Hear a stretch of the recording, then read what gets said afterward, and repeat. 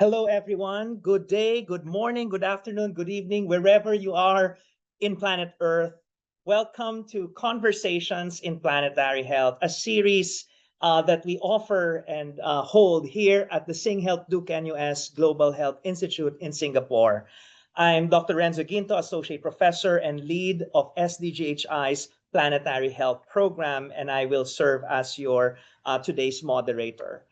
This series is an opportunity for us to have open and honest and hopefully inspiring and insightful conversations with leaders, change makers, scholars, researchers from different parts of the world to discuss, to tackle some of the pressing challenges that we are facing at the nexus of our health, human health, and the health of the planet. Today, we are facing many threats to human health and to the planet's health, climate change, biodiversity loss, pollution to the air, water, and land, and many others. And so we are trying to bring these conversations to the health sector, to our health professionals, even to health students here in Duke-NUS, in Singapore, in Asia, and beyond. Today, we're going to talk about the future of humanitarianism in the era of the polycrisis. You may be wondering, what's polycrisis? What's humanitarianism? And we will be unpacking these concepts, but also talking about the current situation and prospects for the future. And we are very privileged and honored to have with us a dear friend and colleague and collaborator for many, many years. She's joining us, from Geneva. She is now here in Singapore, and she is a global leader in the humanitarian space in global health. And she's been working as a physician, but also as a humanitarian champion, practitioner for different organizations, but most notably for Medecins Sans Frontieres, or Doctors Without Borders, which is a Nobel Peace Prize winning organization, and also one of the most influential, biggest, impactful humanitarian organizations in the world. Her current role is that she is the International Medical Secretary of MSF, but she also wears many hats. Maybe later on she'll share with us a few of them. And she has a wide range of interests, ranging from emergencies, health security, global health, and of course, planetary health. That's why we're in this room. So what we're going to do is we'll start with an initial conversation between me and our guest. I have a few initial questions, and then we'll make sure that all of our participants, both in person and in Zoom, will be able to ask questions and even share their thoughts. We always say you're also a panelist, not just us. So and just a kind reminder, we're recording this session so that those who couldn't join us live because they're in another time zone, they're in the other side of the world, can access this conversation later on. So without further ado, let's give a big warm welcome to Dr. Maria Guevara. Maria, welcome to Singapore. Thank you so much, Renzo. It's such a pleasure to be here physically, and always interesting to me that we have a room full of people, but it's also to know that we have an audience globally. And I think historically that was never the case until COVID, unfortunately. And so as we enter into a discussion around health and emergencies, which is at the core of what I do within MSF, it's really interesting to be able to reach different people. But anyways, just to say, it's really great to be here in sunny Singapore. So thank you for having me and our team that's accompanied me here. And hope you can bring the sun back to Geneva, to Europe, really when you return in a couple of days. But let's start the conversation first by hearing a bit about your personal journey, your trajectory, from being a Filipino American physician. I'm proud to say that because, we share this common heritage. And then to now being the International Medical Secretary of MSF. Maybe you can share, and especially we have young learners, leaders in the room and in Zoom, perhaps hoping to hear some inspiration. Maybe you can share some particular moment, a particular moment or two that led you to this trajectory. to become a global humanitarian leader? Yeah, no, thanks. So as Renzo said, I'm Filipino by background. I was born in the Philippines, actually, by my parents who are both physicians. And I think they, just being in that family, and as any Asian family, being a doctor is the thing to do. And they happen to be both doctors, surgeon, my dad, my mom was an anesthesiologist. And I think really and I've told a few people already, I already knew in the womb I was going to be a doctor. So at 4 years old, I was running around the You hospital. were already wearing a stethoscope. Yeah, it's like, blind, like this, I'm going to work here, I'm going to do this, but take me to the dentist, forget it. No way. Not only because I was afraid, but so they've instilled in me that kind of service work, and very interesting that my mom decided to go instead of pediatrics. She did anesthesia because she thought she will see my dad more, but then they work in different hospitals. But what they did do was do this medical mission. So they would go take their 2-week break off in holiday times to go and do cleft lip palate surgeries. And I remember my dad would come back with these pictures of before and after, telling me the stories, because I would be like, why? What happened? Why are they like this? What's going on? The poverty, the nutrition situation. And they would describe, yeah, now they can eat, now they can talk, now can they. I just thought they were heroes. And I'm like, I'm going to do that one day. And I think this was something that I've always wanted to do, was become a doctor, serve. So in my obviously evolution, and eventually, of course, martial law hit the Philippines. We moved to the US in 1970s. I was around 10 years old or so at that time. And it was sort of this trajectory to become a doctor then already. And in the university is when I realized, okay, what can I do beyond that with medicine once I go through that process? And it's when I really discovered MSF, and I saw the sticker in one of the cars, and I was like, I think I might join Doctors Without Borders one day when I become a doctor. And that's 21 years of working with MSF. I'm here today. Wonderful. Brilliant. And you've had that 2 decades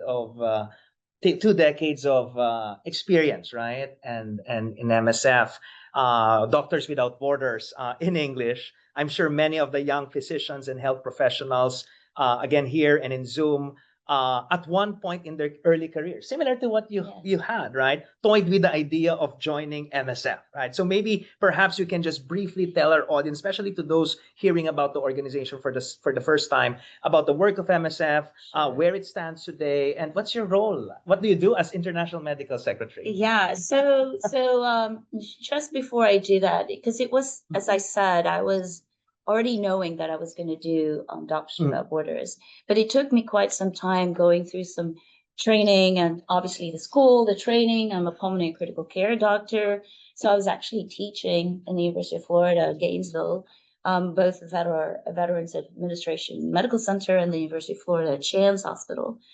And there was this moment when I was like, if I don't go now to do Doctors Without Borders, I will regret it. And it was around the time I had applied. Is when MSF got the Nobel Peace Prize in 1999 for the work. And it's when I started to really discover what that meant. But I knew that I couldn't go without doing my own training and being able to also give, because it's not there you will get training. It's there where you offer your support. So it was very clear that was one of the things I needed to do. So MSF has been, we're 6 years old now. We started in December 1971 in the wake of the Biafra War, when you had a group of doctors that had been working with the Red Cross, and a bunch of journalists who came back to Paris and said, we have to do something about what's happening in Biafra, where massive famine, massive populations caught in the middle of conflict, and we needed to bring that back to the world and let everybody know this is unacceptable. We need to speak to this. So at that time, when they gathered around the table, 12 men, and really talk about we need to do something and be by the side of the sick, but also be able to speak. So there was a 300 level of workforce. And through this year's 50-something years, we're now over 69,000 staff globally. And what we do is clearly working in very much at the heart of emergencies, but it's not only acute emergencies, but chronic, whether that's conflict, which is a majority of the work that we do, is in conflict settings, at least 60% of our locations.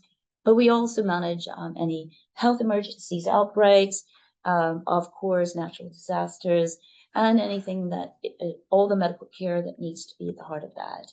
And we're guided by, of course, medical ethics as a medical organization, but also humanitarian principles. And I know we'll get into humanitarianism, but it's the core of the work that guides us, the value system that we take wherever we go, and is sitting at the heart of MSF. So because we're that big today, we are now in different offices globally. We have about 24, 25 or so entities. We are also an association. We have 27 associations globally, regionally, but also in our institution. It's one of the reasons why we're also wanting to be forging our path also in Singapore, which is it's an office that we want to establish as it's linked to one of the offices we have in the region, especially to Hong Kong. But we have, and I won't go into it because it's very complicated, and I always tell everybody MSF is like a Medusa because it's all these different arms that goes out. And basically we have now soon 7, what we call operational directorates. And they are splattered, 5 of them mainly in Europe, and one in East Africa, and one in West Africa, and soon, hopefully, in the region, in Asia, and probably most likely someday in the next years in the Americas, that run the operations we do globally, which is operationally, we're in, at least from the data that we have from last year, in over 86 countries. We're running over nearly 200 projects around the world. And to run that, you need over 69,000 full-time staff, but also collaborate with the MOH, which is a huge partner for us in the local settings, and also working on with different partners. My role is the MSF International Office, is the office that coordinates that big team and try to make heads or tails of the Medusa kind of independent kind of actions that we do, and bringing the association together. It also works as a secretariat for the association.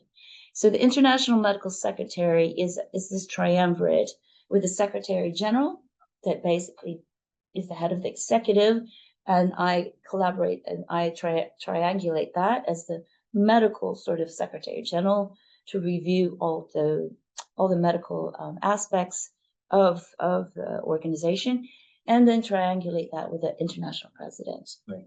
And so that's my position, and I'm responsible for ensuring the accountability that we do operation. Yeah. So in short, you're indeed the doctor without any borders.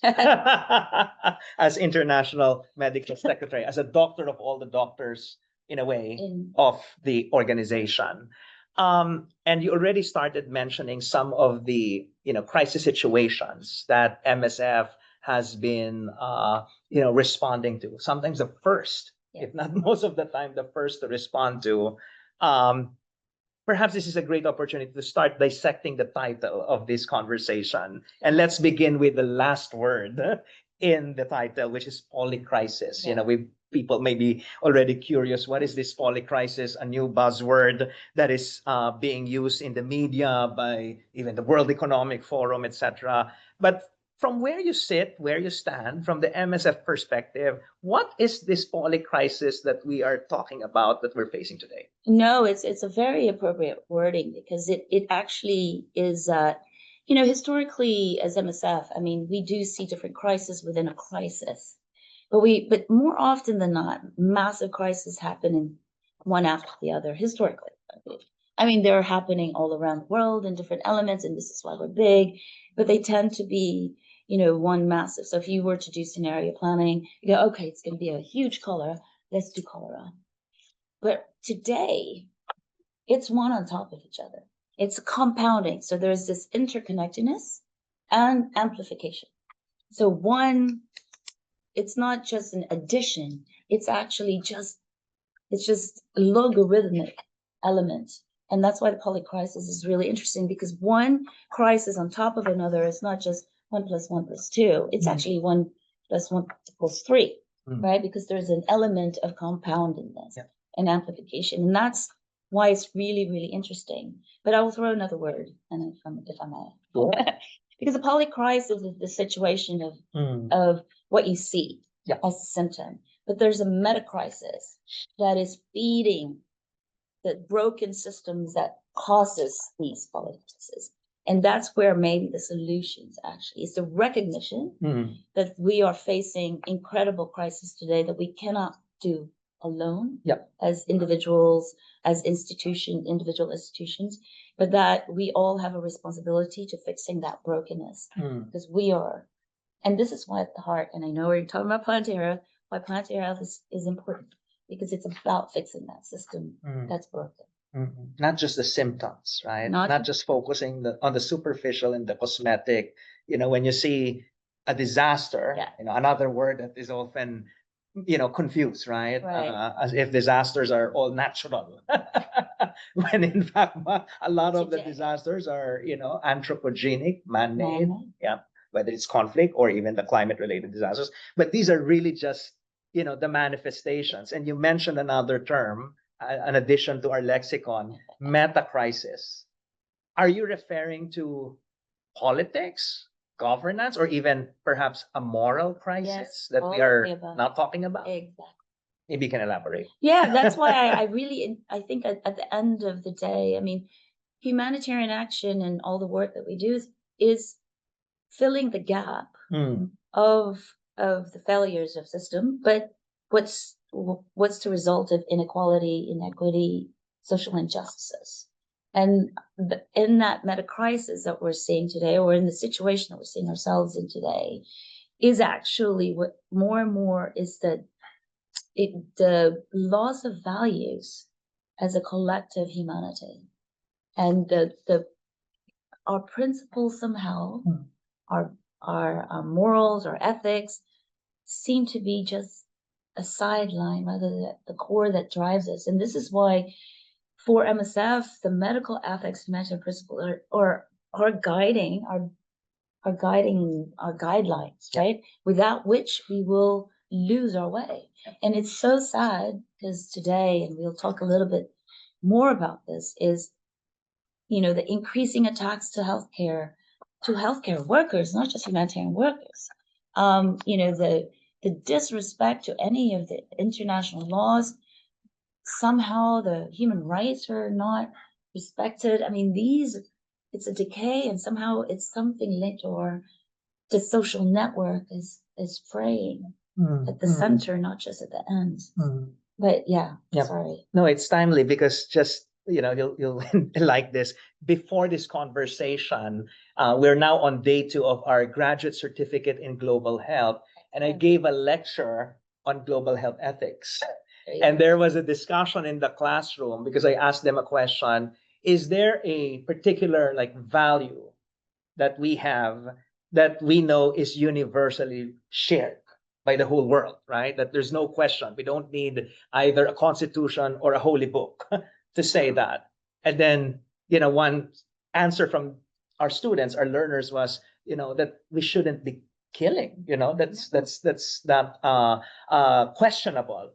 But you start questioning because now, as you see what's happening in the world, and maybe we'll go to all the crises, the wars, and the conflicts and the genocides that we're facing here. It's becoming selective, in the way we apply this for the so-called universal truths that maybe are less universal now than before. Maybe you have some thoughts. So it's really interesting. In the most in a more connected way. And we just start, when we opened, the fact that we have a room full of people, but we also are reaching out to the larger community globally. We are so incredibly connected digitally, but we're less connected in a more human, personable way. And so if you lose that, you lose that oneness, the universality of connection. And we talk to a steel box, and you can yell at steel back, doesn't yell back. And this is where it gets really dangerous, because where the shifting, and you've been mentioning conflict, warfare is changing. Because now what we're seeing is not just the usual bombs or the guns, etc. Drone attacks. And when you have a less precision and you can trigger an attack, say you're sitting in Arizona, you don't have any relationship to the people that's just been lost their lives because you've attacked them. That loss and previous before, you saw what you killed. And you probably in the battlefield. But the battlefield is now, there's no battlefield. And so the universality is interesting in that way. And for us, and this is where we, the principles of humanity, there's also a principle of proximity for MSF. And this is because this is why one of the things that we also have in our charter is the bearing witness, bringing truth to what's really happening on the ground. And this is why we speak out. And for some people, they don't like that, especially for some governments who may be the perpetrators. And I think this is where, and I think that's why it's sometimes dangerous for us when there is disrespect of those laws, the laws made to protect the work that we do, like the international humanitarian law. If you don't respect those values and the principles that's behind those, then you're just privy to you're an accomplice. You're useful for me today, so I protect you. Tomorrow you're not, so I let you go. And I think if we throw it morals and ethics around like it's useful when we want it to be, then you will never have this collective sense of belonging to each other. We're talking about wars. It's interesting. One of the asked questions from our registrants was, how to prepare for wartime medicine. Some of our fellow health professionals already starting to think, we are waging and fighting lots of wars. And, it's sad to see that that's the kind of thinking that's now, in a way spreading within the health professions, preparing for battles like conflict, climate change, etc. Very relevant. Right. And maybe one question is, how can the medical profession, the humanitarian sector, the global health community be instead an agent and vehicle for peace? Right. Maybe you can share some stories from MSF. I have a lot of thinking around all that. But first, it's a really relevant question to prepare for battle, quote. Because if you actually look at the statistics, and I also at some point before becoming International Medical Secretary, I was a portfolio holder, the senior coordinator for the Tax on Healthcare dossier for MSF. Because I thought this is going to be a critical issue that we need to watch and monitor.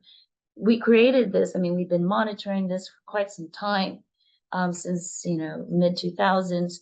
We had called it medical care under fire. ICRC, the International Committee of Red Cross, called it healthcare in danger, because attacking health facilities, etc., is a historic. But there is this trend that was already rising, and we created this portfolio because we were attacked in Kunduz, which was one of our biggest trauma center at the time, and it was specifically targeting a very precise target of the core hospital, where we had patients. We were doing surgery because it was at the middle and the front line of the fight in Afghanistan at that time.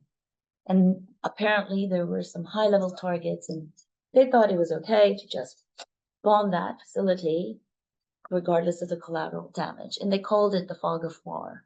So it was really important for me to bring that on. But if you look at all the data today, and now that we're much more aware of that, and despite international humanitarian law, despite the UN resolution of 2286, which is also going to be celebrating its quote unilateral universal voting of this in 2016 to 2026, everything is disrespected.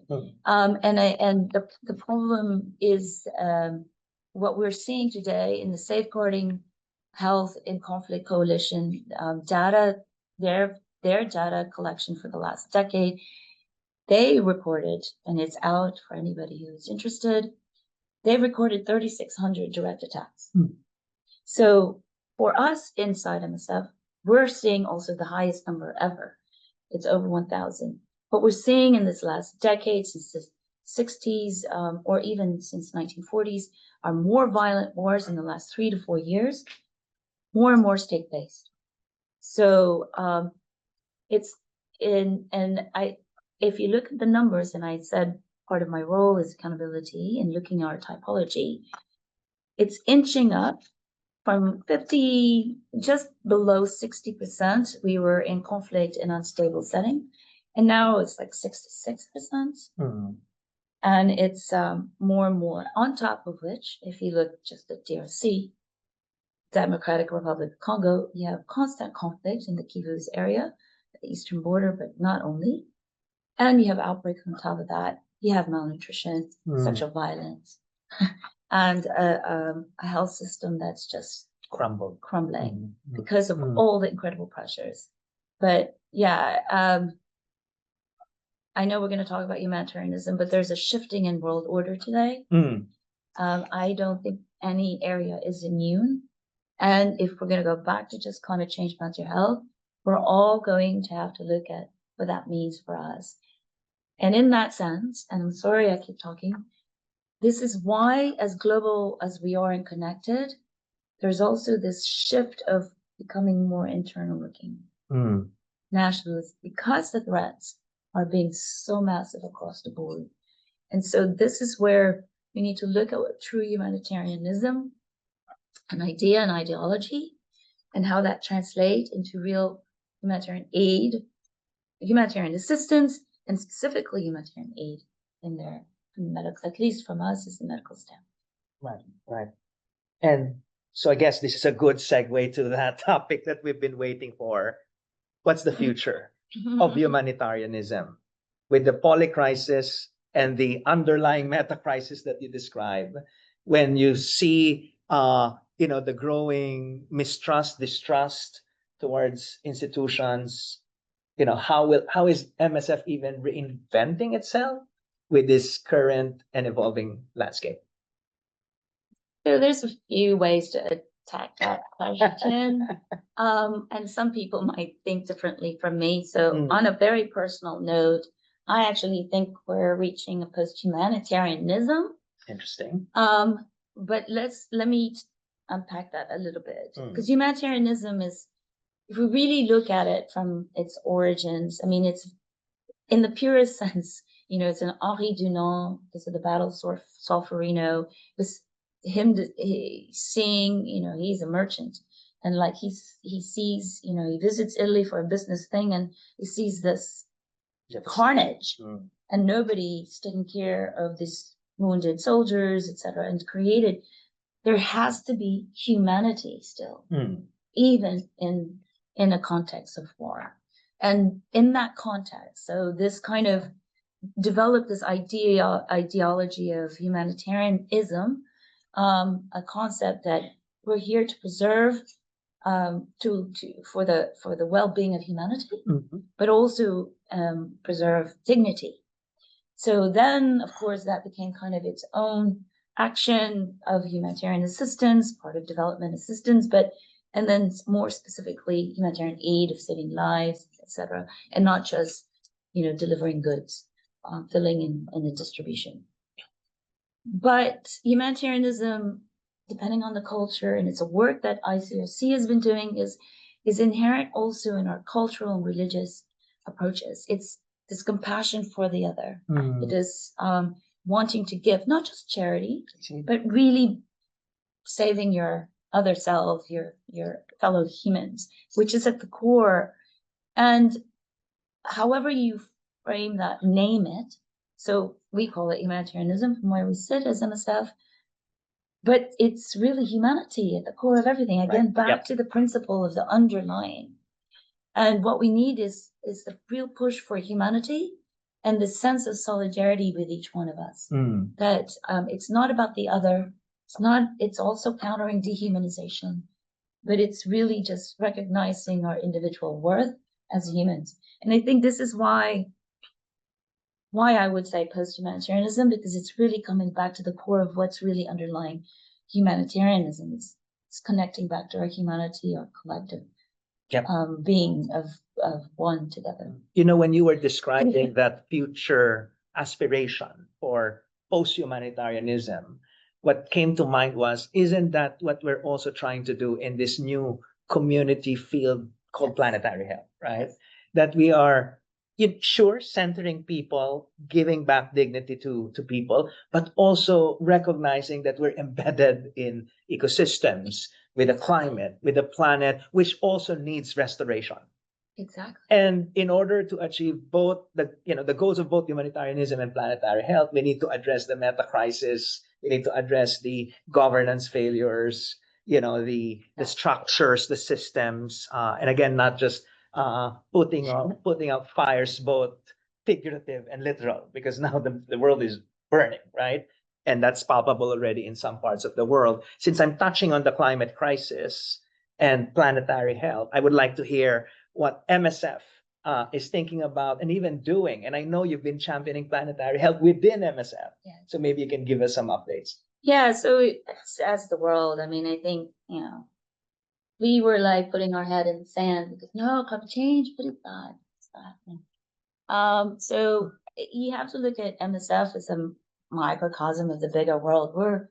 We have in that 69,000 or more field workers or MSF workers, whether it's in the offices or in the field. It's we also represent the global, right? It's 190 or so different, diverse people working for us. So we are truly global, but we work quite local. Yep. And so it's really interesting to see we are in this bigger system, just trying to respond to the impacts of those fallouts of those broken systems. And we had to first kind of just wrap our head around climate change. And how does that work for us at MSF? As an emergency organization, we're already responding. Why do we need to do differently? Because we're already addressing climate change. Yep. So I think it was this mix of how do we actually frame that? It's not about just addressing climate change. It's, again, I'm going to go back to the polycrisis. It's how it compounds and how do we put on a climate smarter lens to respond? Because what we need to do is not just do the response, because I think it's time that we expand our view as MSF on how far in the disaster management cycle or emergency management cycle do we go? Not so much in prevention, but where we start to really look at preparedness, prevention to preparedness, to the response, to the recovery part. Yep. How much of that we kind of push into the system contribute to a better system? And the asset of being MSF and being at the field is we have such access to the community, the people who are not only affected, but also the responders. And that information, that data, the evidence of the reality needs to come back up to inform the change in that system. Yeah. And so for MSF and why Planetary Health, it was important to see how they connected the dots and what our role is within that ecosystem, in fixing the human system so it fits within the Earth system. And for MSF, we're starting to really look at that and why Asia, and I know that was one of the questions, why Asia is important. Because it's a learning ground, it's an amazing assets, but it's also not devoid of crisis and needs, right? Sure. Yep. And I think so we have the operations that we can offer and the expertise and the work, and we do have operations in the region. But we also have, I'm sitting around a room that I can see with brains and capacities and intellect, innovations and research. And this is one of the reasons why we're here, is how do we also harness that? Yeah. And I think this is because together, again, is the only way to answer to the emergencies of today. But also, what I was thinking, and this is another favorite topic of ours, is expanding your presence, your capacities, your reach in Asia, part of decolonizing MSF and decentering it away from Europe and the West. Thank you. Yes, very true. Yes, actually, we're becoming a much more distributed, and more global. And so hence we started off, when I spoke around, I dropped the words of operational directorates and the section offices, etc., is that we are shifting the hubs. We're looking at it at hubs, because then you're much closer to where the action is, to where the resources are, and you're much closer to the people. Because again, the answer to anything today will be being with the people. It's within us. It's not sitting in our ivy towers. It's not sitting in the global north. It's because if we go back to this shift that I said, that this new world order, because the global north is no longer, where I sit and I'm comfortable. Emergencies, the fires, as an American, goodness, California. Fires, emergencies, they're going to be everywhere. And we need to be much better distributed, because we can certainly learn from each other. And this is why we are shifting that way. Great.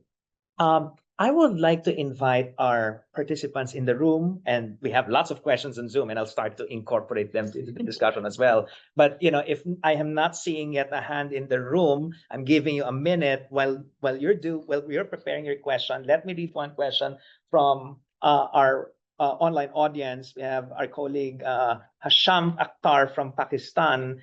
In a way, MSF, because you're responding to crisis, to disasters, you can say, oh, you're doing something for climate adaptation, adapting to the climate crisis, although maybe it's more reactive adaptation as opposed to proactive, right? Or preventive. Maybe you can make a remark on that. But does MSF also has a role in climate mitigation, reducing greenhouse gas emissions, so we don't have these crises in the first place? Great question. So as we are trying to establish the climate smarter lens within MSF, actually, we are looking at it from 3 different pillars.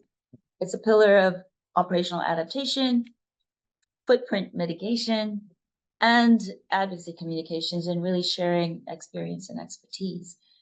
At the heart of everything, of course, and if you look at it and you use the language of the COP, and with adaptation mitigation, if you actually use loss and damage, the work of MSF is in fact in the loss and damage.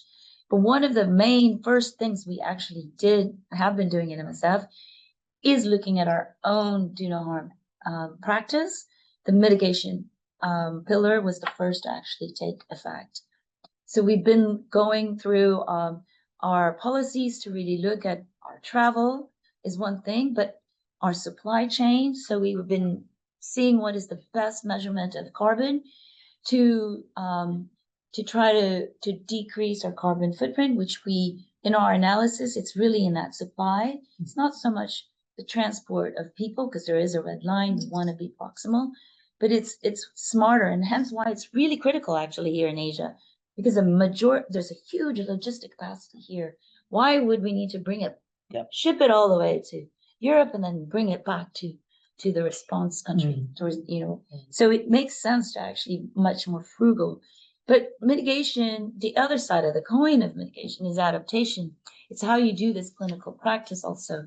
So the mitigation is also in, do we use isoflurane versus halothane, or a different type of anesthetic? Do we use do we go away from single plastic use and go back to glass, IV glass, because what we're seeing, and we did a monitoring of our supplies, a huge element of single plastic was in gloves, in the nasal cannulas, in the IV lines, and what do we need to do But that's a huge industry change and a huge change in clinical practice that we need to start looking. But there's a limit to what we can mitigate as an institution, as an organization, to whatever is available in the market. So we need to also advocate to make sure that there are alternatives. And I know, unfortunately, the plastics treaty didn't go through, but that is also something we need to be discussing on. But adaptation is also for us a couple of different ways. Yeah. It's how do we adapt to respond to the loss and damage, but also how do we adapt to ensure that what we do put in place as operational response is climate sustainable, more hybrid facilities, more just awareness of how do we do the practice at the field level.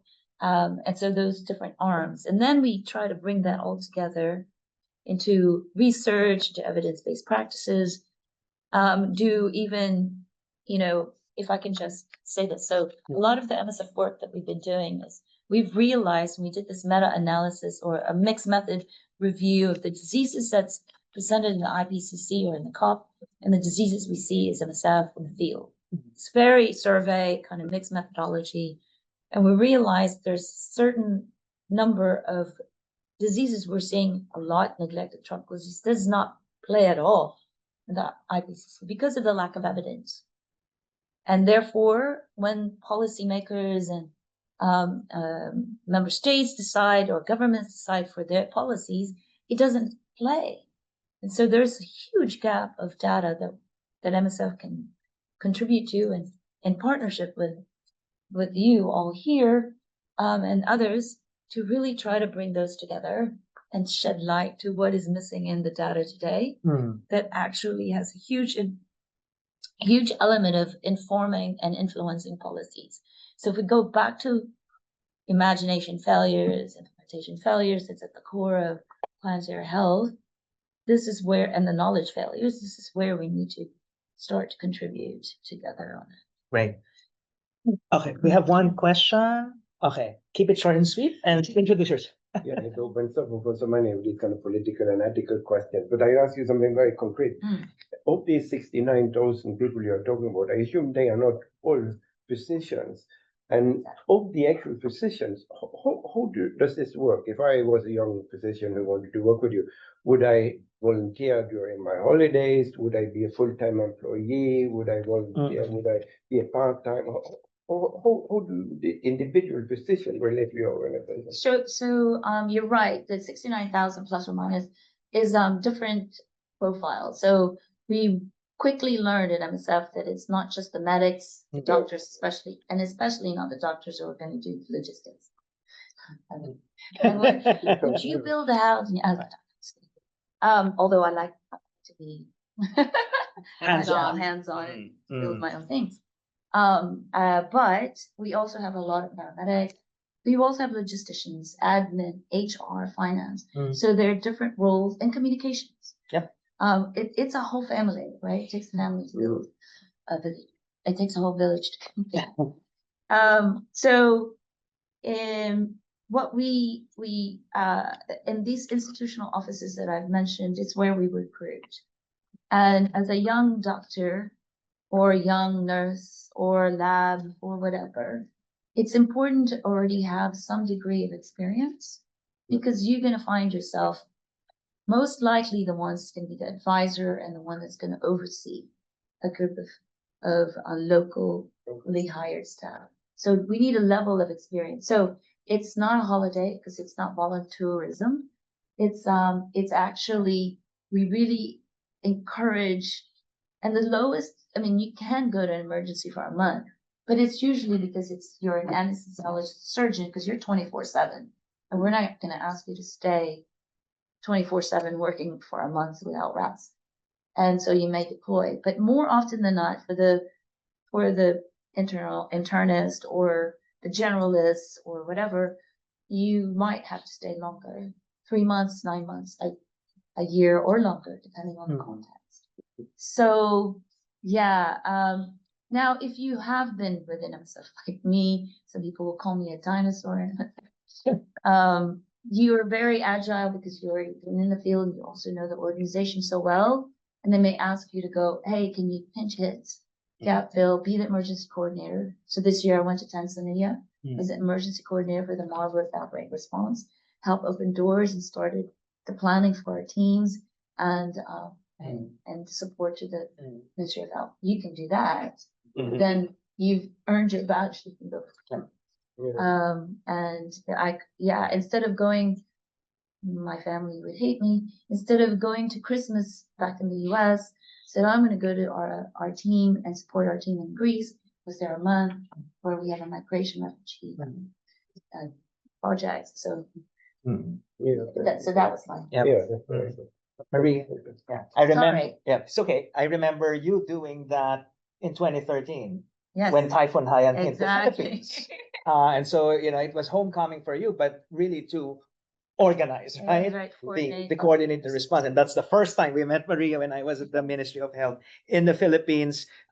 Truls' question is actually very fitting because at least three health professional students ask those questions. How can we be involved, including non-clinicians? So I think that's a great answer that you just gave. So it's actually 50-50, right? And we also have internship, not internship in the sense of you're part of your residency. Interns and volunteers in the offices to start to get to know the organization and the different offices. So we have a lot of that actually in the operational director. So in Geneva, we have many volunteer interns. Of course, we pay some kind of stipend who want to understand the context and really learn. And it's a rotational. They might be there for a year or less. But then they're supporting and really creating kind of this understanding of what humanitarian action in the way that MSF does. So I'll just read three questions that I think are related because it was basically the ultimate question is how is MSF changing even internally, right? So one question is, as war becomes less physical, although there are still physical wars, there's real physical damage on people's properties and lives in different parts of the world. But, there's also non-physical wars. I mean, even digital, the digital changes that we're seeing and even the psychological war. Has MSF's approach to managing crisis change? That's an anonymous question. There's one from our friend Rosemary Juhod from the Geneva Center for for Humanitarian Studies. How does MSF have financial sustainability to continue to respond to protracted and multiple crises? So how are you fundraising and dealing with the financial issues? And Tasneem Ammar from Singapore Red Cross. Red Cross is a friend of MSF.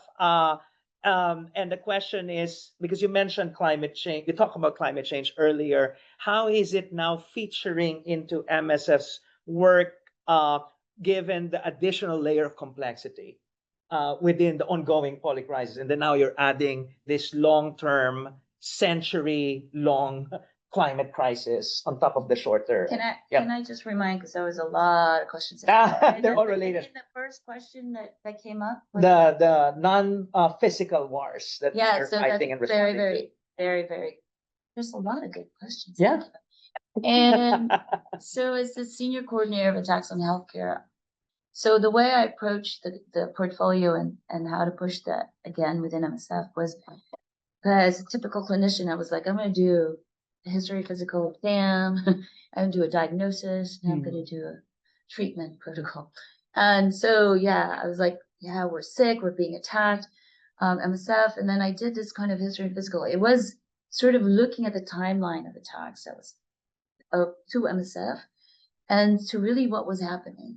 And it was really interesting. Then I interviewed like 100 people within and externally as well about the situation. So this kind of diagnostic exercise. And I just came up with actually 3 types of warfare that we were saying, which was psychological warfare. And there's the psychological warfare within MSF because of our culture is one thing. But it's really interesting that you had mentioned that. Information warfare, we knew was going to be a big problem for many different fronts, like misinformation, disinformation, etc. And technological warfare, the changes in the warfare that we're seeing, the new types of warfare, and new platforms and new levels. Because just to be clear, the fact that we're much more connected, the pretty sure that the reason why it was able to be targeting Kunduz in a very precise way is the pinging from cell phones. I'm almost sure that don't that was not studied, but we know there was this interesting study by forensic architecture. I think it's Goldman Institute in the UK was looking at this forensic kind of architecture on dissecting war as evidence to create evidence. So telehacking, the more we're doing telemedicine, it's higher risk. And I think it's really important to understand that even with that, the warfare is still very much physical, but it's not a normal battlefield. Mm-hmm. It's the urban setting. It's not in the rural where it's fighting. Urban warfare, Haiti is a good example of urban type gang violence warfare versus the situations that you're seeing in Gaza or in Sudan or in Yemen. But they're still very physical. But one of the challenges about speaking out and now is that manipulation of narratives that goes on top, compounding effect of your risk as a medical humanitarian actor, because the narrative changes whether you're seen as neutral, impartial, or independent. It's not anymore the people that I spoke with, I negotiated to get access to the populations in need on the ground. It's the narrative that's circulating in a global way. You don't even know it's circulating. That's then taken and they think it's true. That is so dangerous. And then, if we're looking at the future of humanitarianism and that shifting world order and going back to the very first question about preparing for battle, it can be happening now. So I think humanitarian action doesn't also have to be just in the field anymore. You guys are also, wherever we sit, can become humanitarians.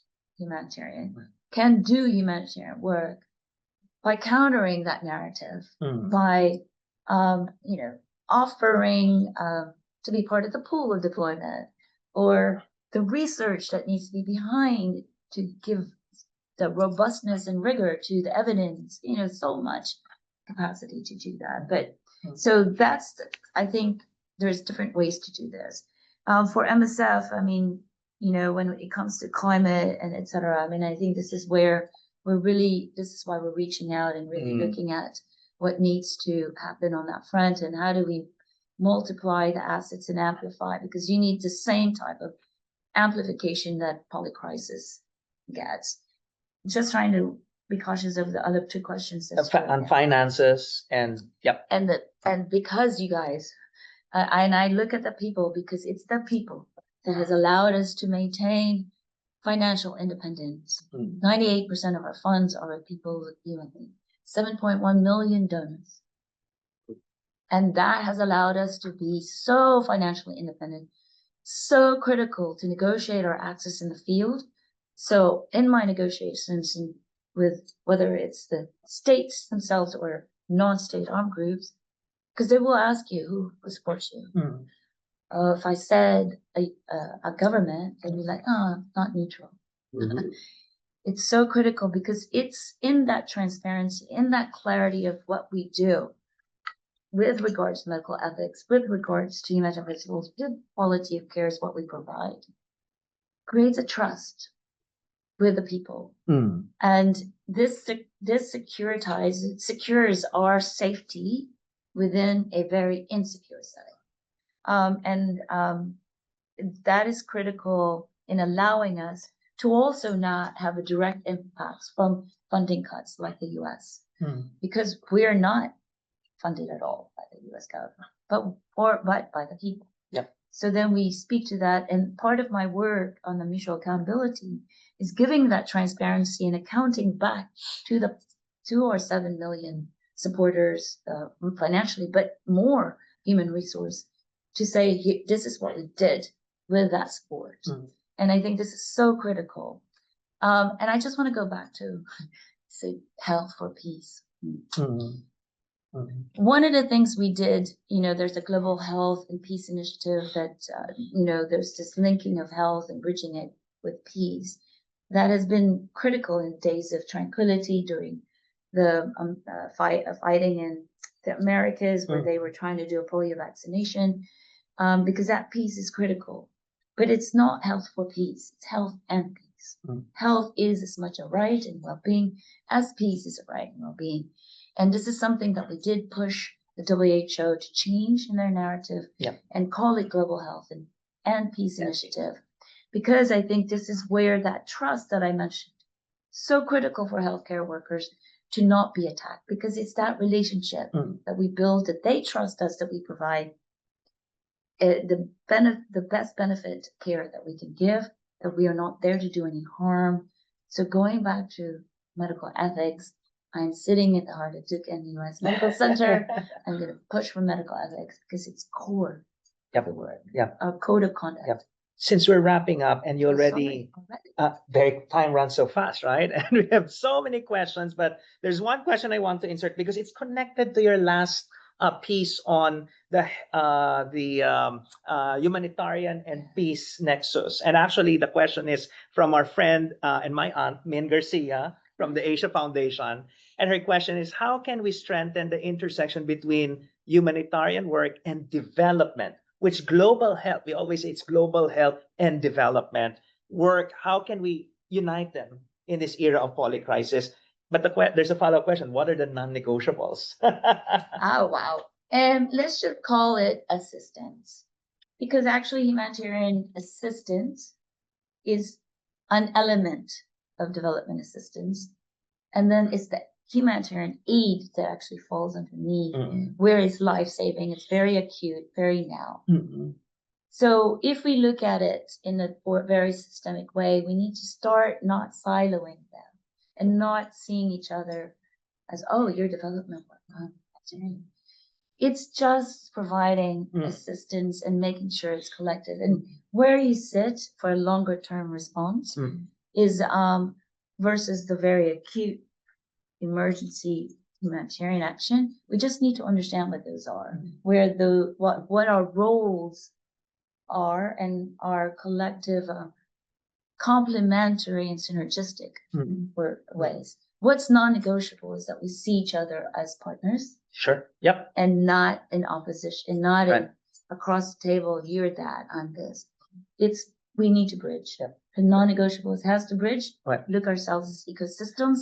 We have different roles to play and take on those roles and responsibilities. And we need to start breaking walls. Sure. Yeah. But also, and I think it's going back to your earlier comment. We don't have just a polycrisis, we have a meta crisis. I think addressing the meta crisis is where humanitarians and development sectors can really unite, join forces. And you know what? We'll continue providing the assistance, which is level 1, but really let's address the root causes. Right? Because if we address the root cause, if we address the power structures that creates the polycrisis in the first place, then we'll have less need for any assistance, and we're really enriching, developing societies that thrive and flourish and survive. At the core of planetary health. So, wow, this has been a very rich conversation, always with Maria. Each year we have like this kind of conversation. So now it's in Singapore. We don't know when will be the next and where. Always rich. 1 hour is not enough, but always inspiring and insightful. So let's give a big hand to Maria Guevara. Thank you. And of course, thanks to our active participants, both in the room and in Zoom. Thank you for always joining the conversations. Don't forget, in 2 days' time, August is a very busy month. In 2 days' time, we have another episode which will focus on how to integrate environmental sustainability in assessing health technologies. So thank you again and have a good day.